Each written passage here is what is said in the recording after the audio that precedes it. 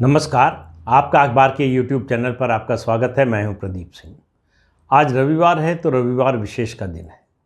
तो रविवार विशेष में पश्चिम बंगाल की बात करेंगे, लेकिन पश्चिम बंगाल के आज के हालात की बात नहीं कर रहे। एक प्रश्न है मेरे मन में है, आपसे भी पूछूंगा और उसके बारे में कुछ तथ्य आपके सामने रखूंगा कि क्या नेताजी सुभाष चंद्र बोस का बदला पश्चिम बंगाल से लिया गया। ये बहुत महत्वपूर्ण सवाल है और ये कोई राजनीतिक आरोप किसी का नहीं है।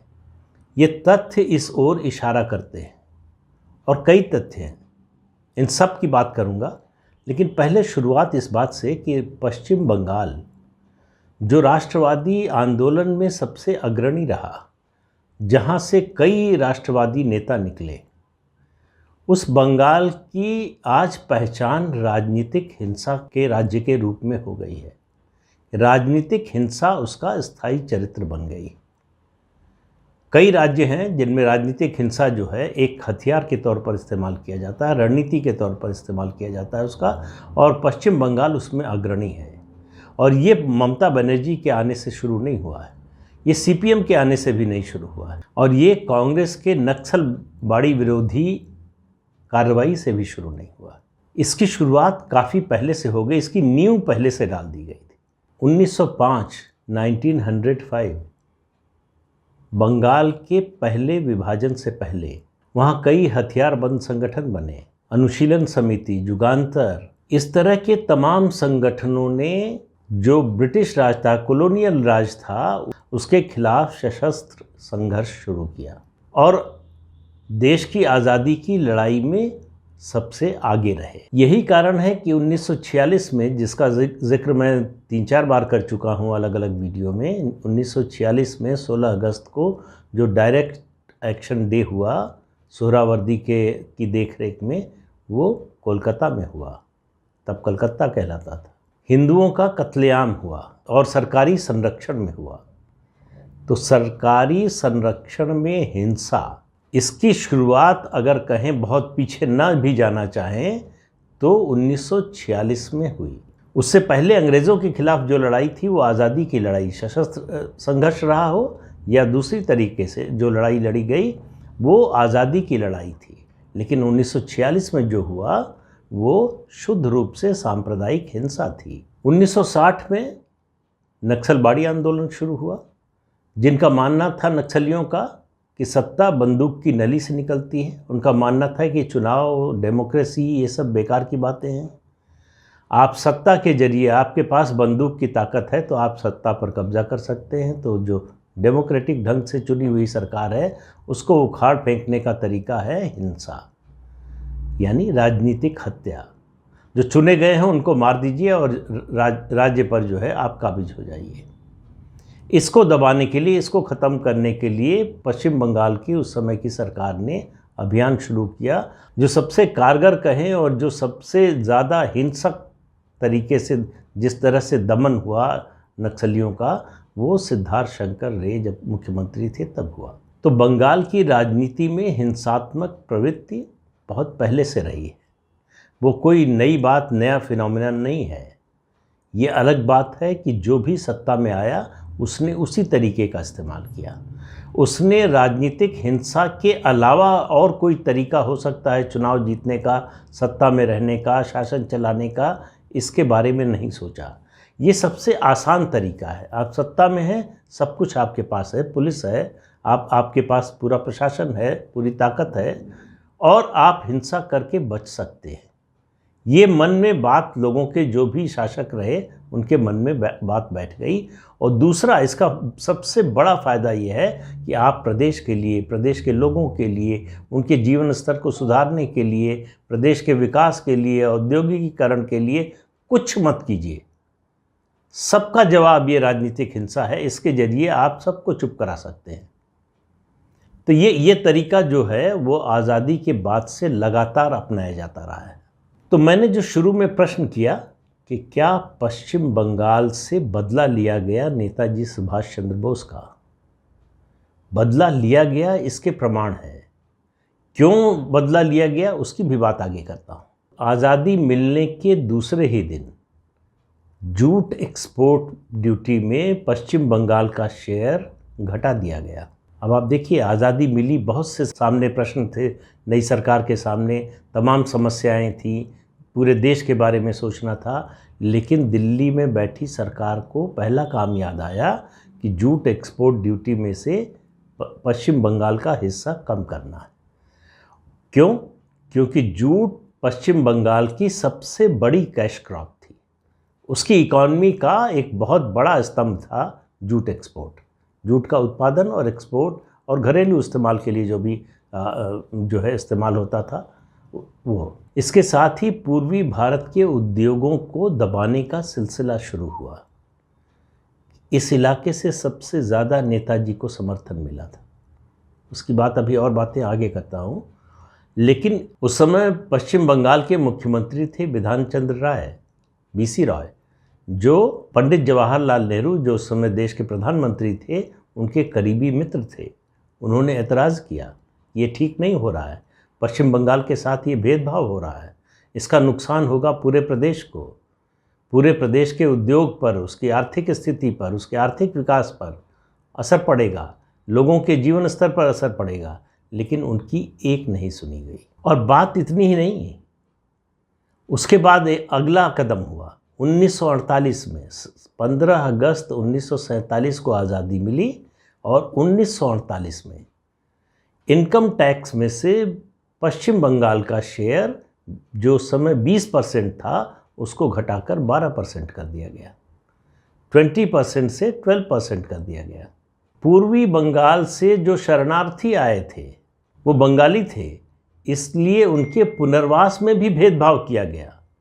पाकिस्तान के दूसरे हिस्सों से जो आए शरणार्थी, उनको बसाने का, उनके पुनर्वास का बेहतर इंतज़ाम किया गया, लेकिन पूर्वी बंगाल से जो लोग आए थे उनको बसाने में भेदभाव किया गया। 1947 में जब आज़ादी मिली थी, तब पूरे देश के ग्रॉस इंडस्ट्रियल आउटपुट में पश्चिम बंगाल का हिस्सा 27% था। 10 सालों में ये घटकर 17.2% हो गया। ये आंकड़े बताते हैं कि किस तरह से पश्चिम बंगाल में उद्योगों का दमन किया गया, औद्योगिक विकास को रोकने का काम किया गया, और ये सब केंद्र के निर्देश पर, केंद्र की देखरेख में हो रहा था। और केंद्र में प्रधानमंत्री जवाहरलाल नेहरू की सरकार थी। पर कैपिटा इनकम, जब आज़ादी मिली देश को 47 में, तो पर कैपिटा इनकम के मामले में पश्चिम बंगाल देश के सभी राज्यों में पहले नंबर का राज्य था, अव्वल था। और 1966 आते आते वो 8वें नंबर पर चला गया। अब आप देखिए कैसे उसकी पृष्ठभूमि तैयार हुई। पश्चिम बंगाल में जो हिंसा की निरंतर चलने वाली राजनीति है, उसको सतही उसमें मत देखिए कि चुनाव जीतने के लिए या उसके लिए किया गया। उसकी एक पृष्ठभूमि है, एक उसका आधार है, उसके तर्क हैं, उसके तथ्य हैं। दिल्ली की सरकार लगातार पश्चिम बंगाल के संसाधनों को घटाती गई। उसका असर पूरे प्रदेश की अर्थव्यवस्था पर पड़ा, लोगों की जीवन शैली पर पड़ा, लोगों की आमदनी पर, नौकरी पर, रोजगार पर पड़ा, और लगातार पश्चिम बंगाल विकास की दौड़ में पीछे होता चला गया। और इस कोढ़ में खाज ये हुआ कि जब लेफ्ट फ्रंट की सरकार आई तो उसने मोर्चा खोल दिया एमएसएमई के खिलाफ, मीडियम और स्मॉल स्केल इंडस्ट्रीज़ के खिलाफ। हड़ताल, धरना प्रदर्शन, यूनियनबाजी, मजदूरों को अधिकार दिलाने के नाम पर मिलों को बंद कराना, ये सब काम वामपंथियों ने किया। और जब उनकी सरकार आई तो सरकारी संसाधनों का इस्तेमाल करके किया। तो लेफ्ट फ्रंट, या सीधे सीधे कहें सीपीएम का जो राज था, उसमें भीड़ को इकट्ठा करना और हिंसक बनाना, इसके जरिए राज स्थापित किया गया। उसका नतीजा ये हुआ कि पूरी इंडस्ट्री, खासतौर से पहले एमएसएमई, बर्बाद हो गई पूरे प्रदेश की। धीरे धीरे एक एक करके इकाइयां बंद होने लगी, या जिनको उस बिज़नेस में रहना था वो पश्चिम बंगाल छोड़कर दूसरे राज्यों में चले गए। और लेफ्ट फ्रंट सरकार हमेशा 34 साल सत्ता में रहा, हमेशा केंद्र में जिसकी भी सरकार रही उस सरकार के खिलाफ रहा। तो ये शुरू होता है नेताजी से, और आप आ जाइए ममता बनर्जी तक। आपको एक लाइन बड़ी क्लियर मिलेगी कि पश्चिम बंगाल ने कभी दिल्ली की सत्ता को स्वीकार नहीं किया। उसके कारण अलग अलग हैं, उसकी वजह अलग है, उसका उद्देश्य, उसका मकसद अलग अलग है। जो लेफ्ट फ्रंट और सीपीएम ने किया और जो ममता बनर्जी कर रही हैं या सिद्धार्थ शंकर रे ने किया, वो शुद्ध राजनीतिक फायदे के लिए था। लेकिन नेताजी सुभाष चंद्र बोस ने ऐसा नहीं है कि दिल्ली की सत्ता को स्वीकार करने से मना किया, उन्होंने दिल्ली की सत्ता को चुनौती दी। ये उनकी गलती थी जिसकी सज़ा पूरे पश्चिम बंगाल को भुगतनी पड़ी। कैसे? 1939 में कांग्रेस के अध्यक्ष पद का चुनाव होना था। नेताजी दूसरी बार चुनाव लड़ रहे थे। उन्होंने चुनाव की घोषणा से पहले ही कह दिया कि वो चुनाव लड़ेंगे। जवाहरलाल नेहरू यूरोप में लंबी छुट्टी बिताकर 1938 के आखिर में लौट कर आए। गांधी जी ने उनसे कहा कि तुम नॉमिनेशन करो, सुभाष के खिलाफ नामांकन करो। नेहरू ने मना कर दिया। नेहरू को मालूम था कि सुभाष चंद्र बोस के सामने लड़कर जीत नहीं सकते। दो लोग भारतीय राजनीति में ऐसे थे जिनके बारे में नेहरू को अच्छी तरह से पता था कि उनके खिलाफ कांग्रेस पार्टी का संगठन का चुनाव लड़ेंगे तो कभी नहीं जीतेंगे। एक थे सुभाष चंद्र बोस और दूसरे थे सरदार पटेल।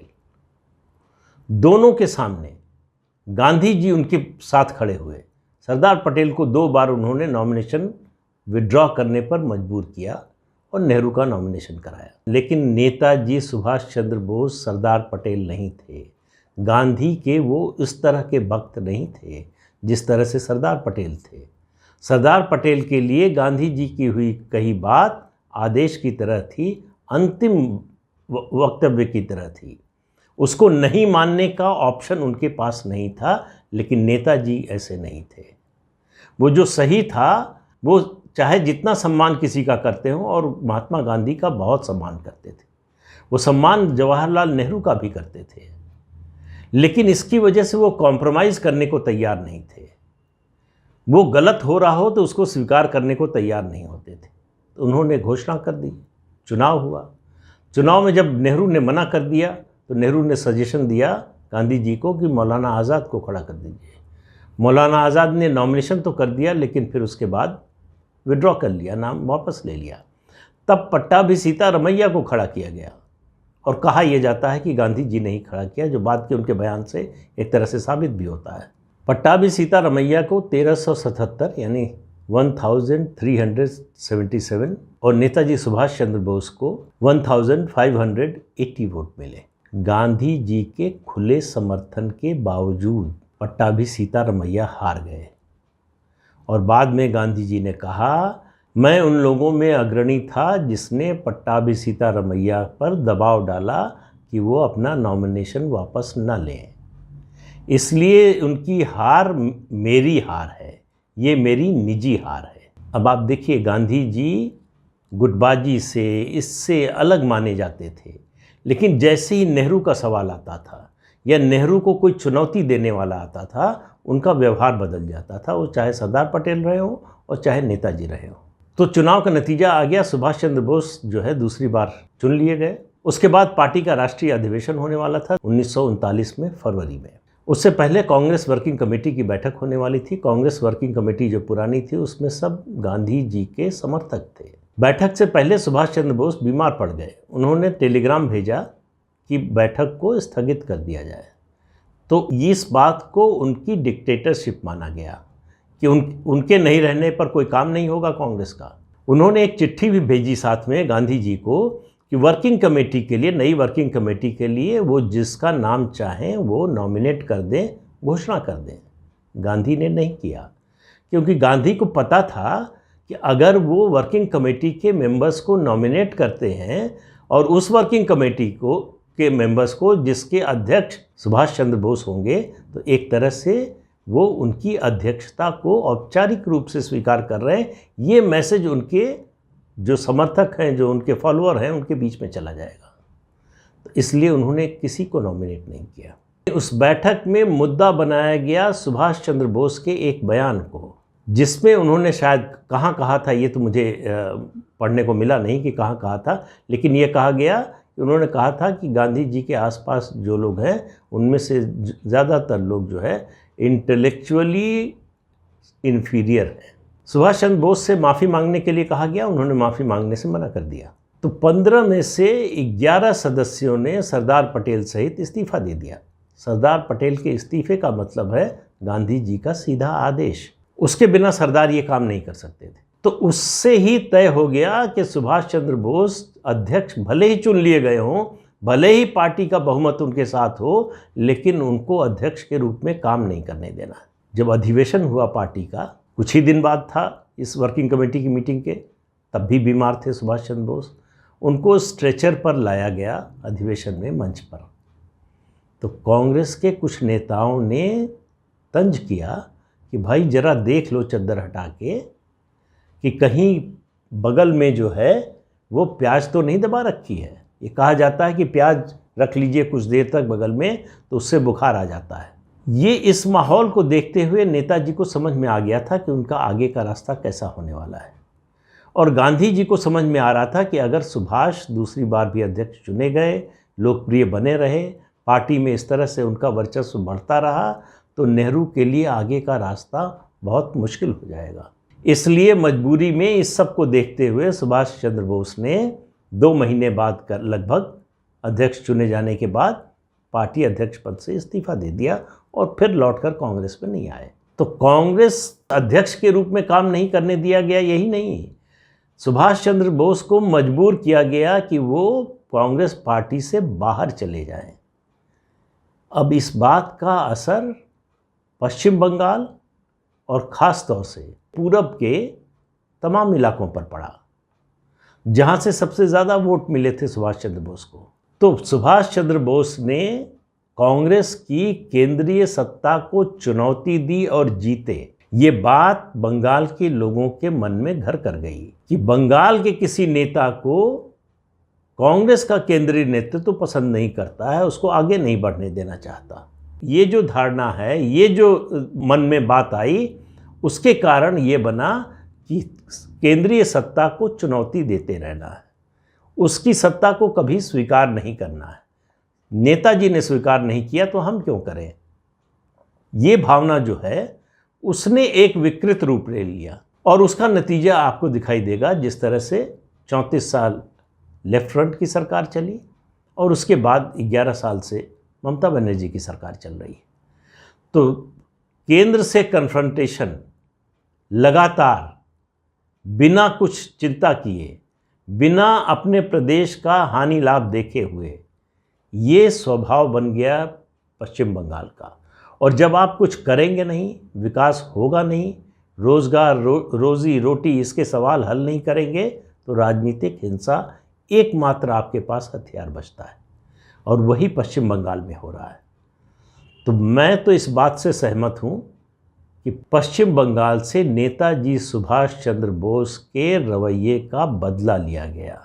उन्होंने जो कांग्रेस की केंद्रीय सत्ता को चुनौती दी, उसकी बादशाहत मानने से मना किया, उसकी सज़ा पूरे बंगाल को भुगतनी पड़ी।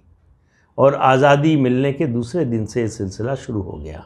उसमें लंबी बहुत सारी घटनाएं हैं, उसको इस वीडियो में समेट पाना मुश्किल है। मैंने आपको बहुत थोड़ी सी वो घटनाएं बताई हैं जिनसे ये आपको ये धारणा बनाने में आसानी होगी कि ये नियोजित ढंग से किया गया। ये ऐसा नहीं है कि अपने आप हो गया या लापरवाही में हो गया या इसको जानबूझकर नहीं किया गया। ये जानबूझकर और सुनियोजित ढंग से किया गया। पश्चिम बंगाल की आज जो स्थिति है उसके लिए कांग्रेस का केंद्रीय नेतृत्व जो आज़ादी के समय था, यानी पंडित जवाहरलाल नेहरू। लोग कहते हैं कि आप नेहरू की बहुत आलोचना करते हैं, नेहरू के बारे में ऐसा बोलते हैं कि ये नहीं किया वो नहीं किया, लेकिन जो सच्चाई है वो कब तक छिपेगी। 70-75 साल से इन सच्चाइयों को, इन तथ्यों को छुपाने की कोशिश हो रही है।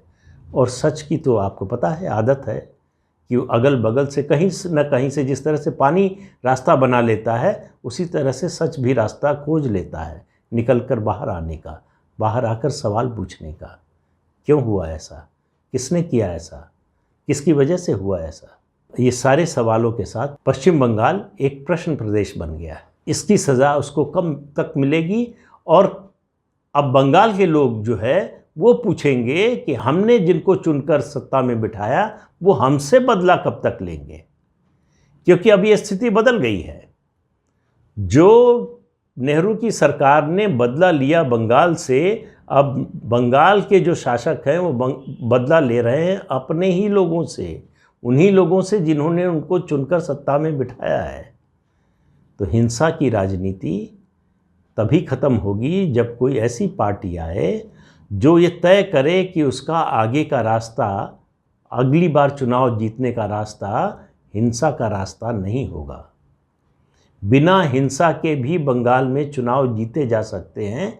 जिस दिन ये हो गया पहली बार, उस दिन से बंगाल में राजनीतिक हिंसा के समापन का दौर शुरू हो जाएगा। वो कब होगा कि नहीं होगा ये मुझे मालूम नहीं। सीपीएम से लड़ते लड़ते ममता बनर्जी सीपीएम जैसी बल्कि उससे भी बुरी बन गई। क्या भारतीय जनता पार्टी पश्चिम बंगाल में ममता बनर्जी से लड़ते लड़ते उनके जैसी हो जाएगी? ये एक बड़ा सवाल है। या वो अपने को बचा कर रख पाएगी? ये भी सवाल है। और बचा कर रख पाएगी तो ये संघर्ष उसका कितना लंबा होगा, क्योंकि शॉर्टकट तो वही है जो सीपीएम ने अपनाया, जो ममता बनर्जी ने अपनाया। तो क्या बीजेपी भी उस शॉर्टकट के चक्कर में फंसेगी या अपना नया रास्ता तलाशेगी? आप भी विचार कीजिए। तो इस अंक में इतना ही। अगले अंक में फिर मिलेंगे किसी नए मुद्दे के साथ। तब तक के लिए इजाज़त दीजिए। आपसे अनुरोध है कि ये चैनल देखिए, शेयर कीजिए, लाइक कीजिए और सब्सक्राइब ज़रूर कीजिए। नमस्कार।